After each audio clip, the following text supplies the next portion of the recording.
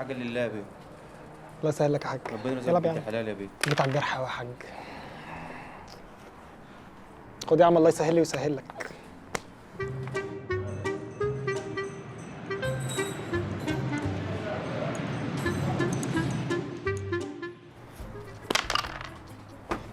بص يا اكسلانس، كونك الدنيا مش سالكه معاك في الجامعه والناس شايفينك مربع في قعر الدفعه، ده مش معناه ان دي نهايه الدنيا يعني.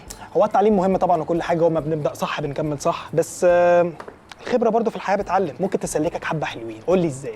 ازاي يا سيدي؟ المقاول يا سيدي مثلا، لا هو مهندس ولا حتى عدى من قدام كليه هندسه بالغلط، بس جرب كتير وفهم السوق، عرف التيتا، ولحد مستوى معين وزبون معين الدنيا بتبقى سالكه معاه يعني، بيعرف يمشيها. زي عم صلاح اللي بقاله 30 سنه في الصيدليه، حافظ اسامي الادويه، اسامي شركات الادويه، اسامي اصحاب شركات الادويه، ومدور الصيدليه زي الالف. طب اقول لك على حاجه، عارف الشحات اللي لسه معدي من شويه ده؟ فاهم في الماركتنج احسن من احسن حد بتاع ماركتنج.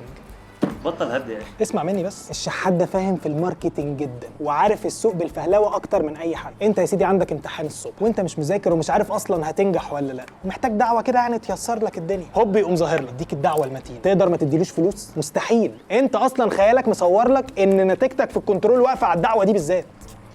يا عم اصبر. طب ما يا عم انت راجل مخلص تعليمك وما يهمكش حوار الامتحانات ده في حاجه، انت قاعد مع حبيبتك على الكورنيش وقاعدين في قعده حلوه كده، هوب يقوم طالع لك ما تفهمش بيطلع منين، يديك الدعوه الحلوه، يا رب تتجوزها، يا رب تتهنى بيها، وانت اصلا واخد الموضوع كله لعب، ولا ناوي تتجوز ولا نيله، انت اساسا فاضي ومش لاقي حاجه تعملها. تقدر ما تديلوش فلوس؟ مستحيل.